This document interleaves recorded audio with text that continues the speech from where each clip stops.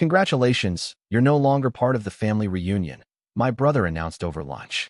I pulled out a folder, page 1, grocery bills since 2017. Then I dropped the $21,400 breakdown on the table and walked out. The next day, there was a knock at their door. Who was it? And then, they realized the house was no longer theirs. Congratulations, you're no longer part of the family reunion, my brother Michael said, biting into his sandwich like he was just reading the weather report.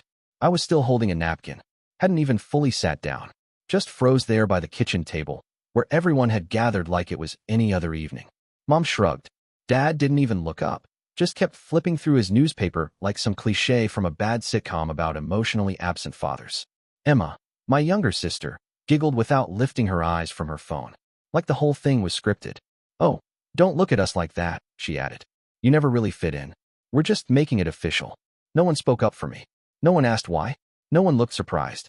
I sat down slowly, reached into my backpack and pulled out a blue plastic folder. I placed it right on the table, on top of the coffee-stained tablecloth, on top of their smug little silence. Page 1, I said. Grocery receipts since 2017. I started flipping through. Supermarkets, deliveries, prescriptions for Dad, shampoo for Mom, dog food for the mutt that died 2 years ago, the one no one wanted to pay for but me. Sheet after sheet after sheet. And then, the final page. Standard A4, size 14 font, bold, centered. $21,400.38. That's the amount you all like to call helping the family, I said quietly. Now it's just your reality. I stood up, zipped my backpack, looked at Dad. You called this a family dinner, but I'm not part of this performance anymore. And now, you'll feel that. I walked out. No slammed doors. No last word. Just gone. The next day, someone knocked on their door. Dad opened it and saw someone he definitely wasn't expecting. And that's when they finally realized the house wasn't theirs anymore. You'd think they'd ask why I brought receipts to a family lunch. They didn't, because deep down, they already knew. My phone buzzed 2 hours after I left. Group chat, family, lit up like fireworks. First Emma, that was childish, even for you. Then Mom, you embarrassed your father. For what? You think this is how grown-ups handle things? Michael? Silence. Like a true coward. But let's rewind. Because this wasn't about one lunch. This was about years. Since 2017, I've been the fallback plan. The if something goes wrong he'll handle it guy. Every emergency? Mine. Every overdraft? Covered. Every lie? Swallowed. And every time I said yes, they just tightened the leash. When Emma's dog broke its leg, I paid the vet bill. $1,800. When Dad needed dental work, but insurance was a scam, I covered the $3,200. Never saw a thank you text. Just a forwarded meme a week later about kids these days being soft. When Michael accidentally crashed Mom's car while drunk, guess who covered the deductible? Not him. He didn't even lose driving privileges. I paid for groceries so many times that Instacart started sending me their family discounts. They never said thank you. They said, well, you're single. You don't have kids. You make more anyway. That's what family does, right? Until I tried to say no. 2 months before that lunch, I told Mom I couldn't cover Emma's rent shortfall. Not again. She sighed like I'd just spit in her tea. Well, you know how hard it is for your sister. If you had any empathy, you'd understand she's trying. Trying? Emma hadn't held a job for more than 4 months in 3 years. Her trying included yoga retreats, Tinder dates, and a failed Etsy shop selling customized water bottles. A week later, I opened Facebook. There it was. A post from Michael. Photo, me holding a grocery bag in front of their porch. Caption, some people bring wine to dinner. Our brother brings spreadsheets, #accountant vibes, some people never change. And the comments? Classic James. Always tracking every cent. Tell him to log your emotional debt too. Bet he charges for hugs. 50+ likes. Even extended cousins joined in. I didn't comment. I just screenshotted every single word. Then came the group chat ambush. We need to talk. Can you stop being dramatic? It's just a joke. When I didn't reply, they kicked me from the chat. The family chat. But here's what they didn't know. While they were mocking me online, I was building my case. Like a detective who just found the murder weapon and the diary. Every transfer. Every Zelle, Venmo, PayPal. $21,400.38 wasn't a guess. It was cold math. And then I found the real bomb. I was doing my taxes early, something they've never done in their lives, and noticed a weird credit flag. Someone had used my social security number as a loan cosigner. I dug. Cross-checked the timestamp. It matched the time Michael had been launching his dream startup. You know, the one that failed before it had a name. And the co-signer name? Me. James T. Walker. With a fake Gmail address and a forged signature. I froze. For a moment, I actually blamed myself. Maybe I gave them too much. Maybe I trained them to treat me like this. But then something snapped. And I didn't cry. I started scanning. All of it.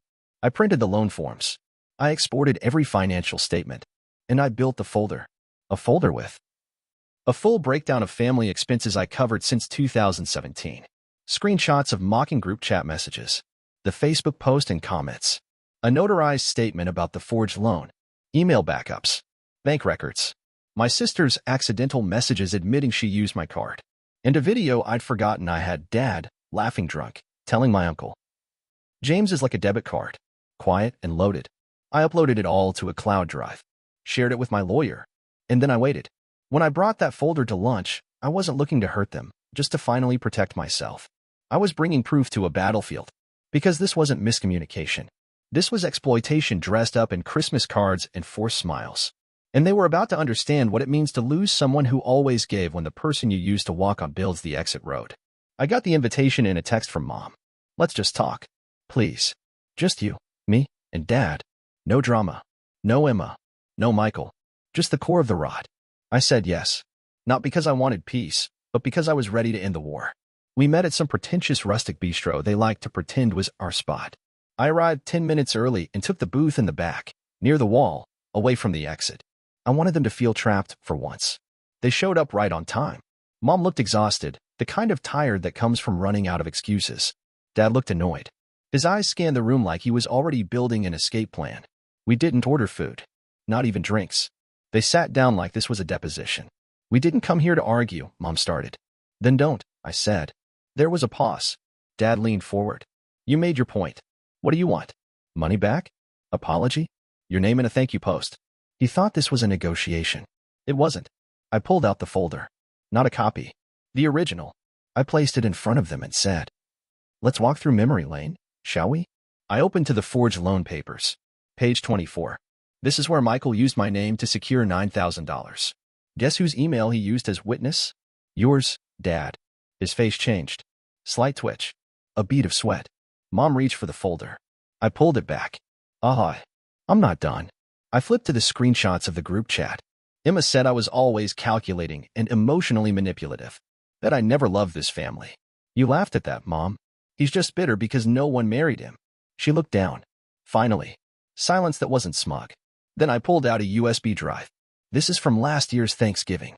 The audio you didn't know I had running on my phone after I stepped out to take a call.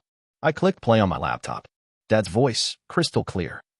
He thinks he's better than us because he has a spreadsheet. He's a walking calculator. I'd replace him with a robot if it came with a credit card. Mom's voice. Don't say that. He's not that bad. Dad. He's not that useful either. Once we pay off the mortgage, we don't need him. I stopped the audio. Then I said what I'd waited years to say. Congratulations. You're free. You'll never have to use me again. And that house you're living in. I pulled out a second envelope. This one's sealed, stamped, and official. As of 9 a.m. this morning, the bank has frozen the deed. I pulled the co-ownership. The mortgage is no longer paid automatically. Mom gasped. You took the house from us? No. I let the bank take it. You'll have 30 days to vacate. But hey, now you'll really be on your own. Isn't that what you wanted? Dad slammed the table. You always think you're the smartest person in the room, don't you? You think this makes you better. That's when I smiled. Not out of spite. Out of release. No. It makes me free. And right then, Emma walked in. She wasn't invited. She didn't sit. She didn't speak. She watched. I turned to her. Did you come for the show? Or are you here to admit you lied? She crossed her arms. This is your revenge fantasy, not reality. That's when I dropped the final bomb.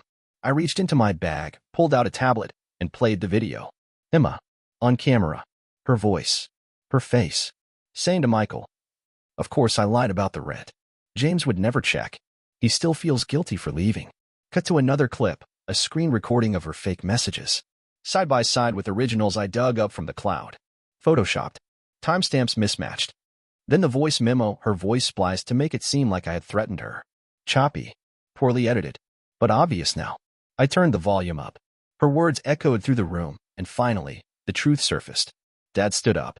Mom started crying. Emma froze, the kind of stillness that comes only when the lie dies mid-sentence. Then someone else entered. A tall man in his 30s. Clean-shaven. Wearing a blazer. Holding a manila envelope. My lawyer. He didn't speak. Just handed Dad the envelope. Inside? A cease and desist. Full breakdown of the fraudulent loan. Notice of civil suit. Mom screamed something about betrayal. Dad shouted legal threats. Emma started yelling how I had ruined everything. I just stood, calm. No. You ruined everything. I just stopped pretending it was fine. Then I walked away. No hug. No tears. Just the sound of my freedom beginning. And for the first time in my adult life, I didn't feel guilty. I felt clean. 37 days. That's how long it took between me dropping that folder on the table and watching them walk out of the house they once called ours for the last time. They didn't see it coming. Because people like them never do. They spend years building a fantasy where guilt is currency and the quiet one will always pick up the bill.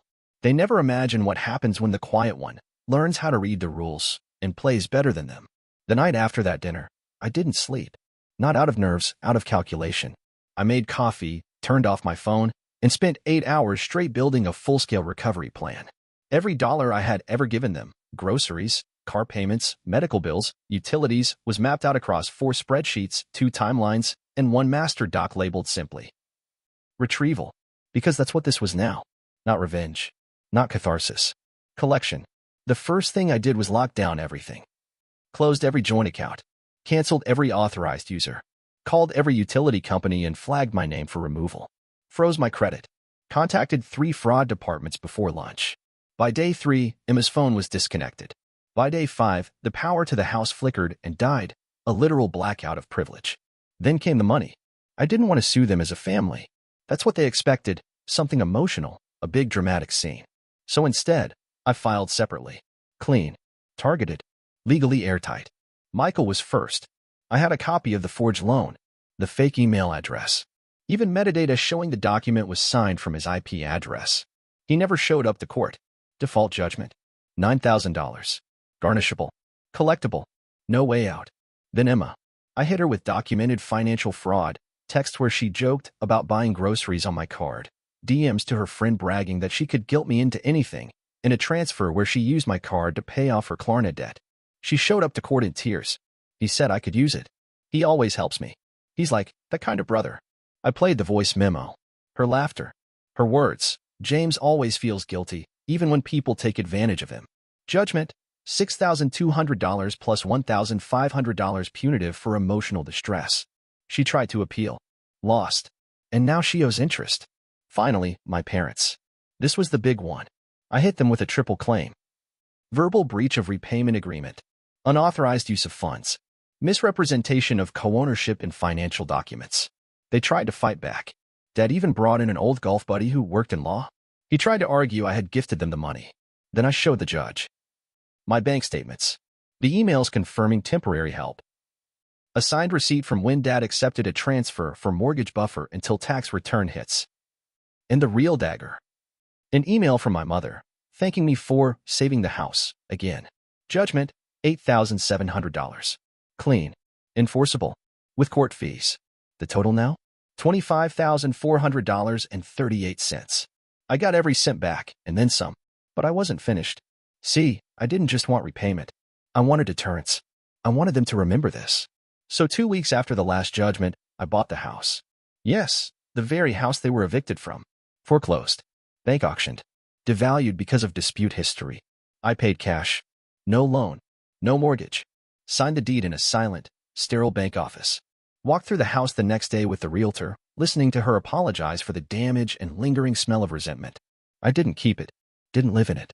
Didn't flip it. I turned it into something better. A small, quiet transitional housing space for adults recovering from financial abuse by their own families. 6 bedrooms. Clean kitchen. No motivational posters. Just quiet. Each resident gets a locked cabinet. No shared banking. No favors. I don't advertise it. I don't put my name on the mailbox. But I know what it is. On the front door, a steel plaque reads, "This home is not built on guilt." They started calling again. Not directly, they're too proud. But I got emails from their friends. From second cousins. Even an ex-pastor asking if I'd consider restoring the relationship. Emma emailed me personally. Said the judgment was destroying her credit and she couldn't lease an apartment. This isn't you. You're not cruel. Please, I was just desperate. I replied with 4 words. Desperation has receipts too. Michael? He texted me. No, hello. Just. So what? You think you're better than us now? I replied. No. Just done pretending I'm worse. As for my parents, they moved out of state. I only know because a debt collector called me asking if I had a forwarding address. Apparently, they listed me as an emergency contact on a loan application. I laughed and said, never heard of them. That was the moment it all snapped into place. Not just because I got my money, not because they lost the house, but because they finally saw. I wasn't the spare son, wasn't the backup plan, wasn't the wallet in the background. I was the one who walked away and made sure the door didn't stay open. I didn't expect the letter. It came 3 months after the last payment hit my account. Handwritten. No return address. Just my name, spelled carefully the way my grandfather used to write it. I opened it like a bomb technician. Slowly. Inside was a single sheet of paper, folded 3 times. The handwriting was shaky. Not my father's. Not my mother's. But I recognized it instantly. Emma. James. You won. And honestly, I think you were right to do it. But I need you to know something. I lied. About a lot. But not about everything. There's something you never knew. Something Dad kept from you because it would have ruined him. Ask Grandpa about 2001. Ask about the other account. I don't want anything. Just go find the truth before it disappears with him. I stared at the paper for a long time. I wasn't angry. I wasn't even curious. Not yet. I was unsettled. Next morning, I drove to the edge of town to the little brick house with wind chimes and a rusted grill out front. Grandpa opened the door, took one look at me, and said, I was wondering when you'd come. We didn't sit inside. We never did. We sat on the porch. I handed him the letter. He read it once. Folded it again. Didn't react. She finally cracked, huh? What's the other account? He didn't answer. Not directly. He just stood up, walked inside, and came back with a shoebox. Inside were old bank statements, land documents, 2 cassette tapes, a birth certificate, and one tiny envelope with my name on it, dated 24 years ago. I opened it. Read it again, and suddenly everything tilted. My real mother's name wasn't Margaret Walker. It was Hannah Cole. She died in childbirth. I was adopted privately, quietly, by my father's new wife 2 months later. They covered it up, changed the certificate, paid off the hospital clerk, because Hannah had been my father's mistress. My entire life had been a cleanup job for his shame. Emma wasn't my full sister. Michael wasn't even told the truth. And me? I was the family's greatest secret. Their reminder of a scandal. Their debt, and flesh and bone. Grandpa looked at me. He never wanted to raise you. He called you a complication. Said he'd make it right with money. But Margaret, your stepmother, raised you like hers. Until she didn't. Why are you telling me this now? Because now you're the only one who deserves to know. The rest unraveled fast. The other account, Emma mentioned? A fund. Set up in my name by Grandpa when I was a baby. Money from Hannah's estate. Over $160,000 by now, untouched, collecting dust and compound interest. He gave me access on the spot. Said he waited until the rest of them proved unworthy. He also gave me the original deed to the vacation property Michael used to brag about inheriting someday. My father had forged a second version years ago, trying to sell it under a fake LLC. But now, I had the legal version. In a single week, I became the legal owner of every piece of property that had once defined their legacy. The mountain cabin, the lakefront lot, the family home turned shelter. I didn't gloat. I closed. Let's wrap up the rest. Michael, after losing the court case, he spiraled. Tried to start another business, a crypto pump scheme. Got flagged by the SEC. His ex leaked messages. He now lives in a shared rental above a vape shop in Florida, doing freelance IT for MLMs. Still hasn't paid a cent of the judgment. I garnished it through the tax refund system. Every time he tries to file, I get the first slice. Emma, she actually tried. Took a job at a veterinary clinic. Started paying back in small increments. Her apology letter wasn't perfect, but it was real. We don't talk. But I don't hate her anymore.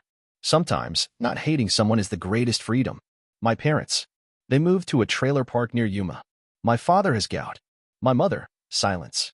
They tried one last stunt, faking medical debt to open a GoFundMe. I sent a copy of the forged deed to the site. Campaign removed. Account banned. No charges filed. Just consequences. And me? I moved again. Quiet place. Clean air. The transitional home I created now houses 7 residents, people like me, who were told by family that they owed everything and deserved nothing. I named it Coal House, after the mother I never met, but who, despite dying the day I was born, still gave me more than the people who raised me. I work with a nonprofit now, financial recovery counseling. I specialize in coerced support dynamics, a fancy way of saying people like us, who paid to exist in our own homes. And my last act? I sold the vacation cabin, the one Michael always called our future inheritance. I donated the money, all of it, to a scholarship fund for students estranged from their families. And I named the fund the Spare Son Grant. I'm not bitter. I'm not broken. But I'm done being the silence they filled with their stories. I was never their backup plan. I was never the afterthought. I was the wake-up call. And now? They don't get my money. They don't get my time. They don't get my number. The last thing I did was buy a new phone. When I set it up, I didn't import a single contact. No mom. No dad. No Emma. No Michael. Just one number saved. Grandpa. Under notes. The only one who told me the truth. And that's the thing about truth. Once you hear it, you stop asking for anything else.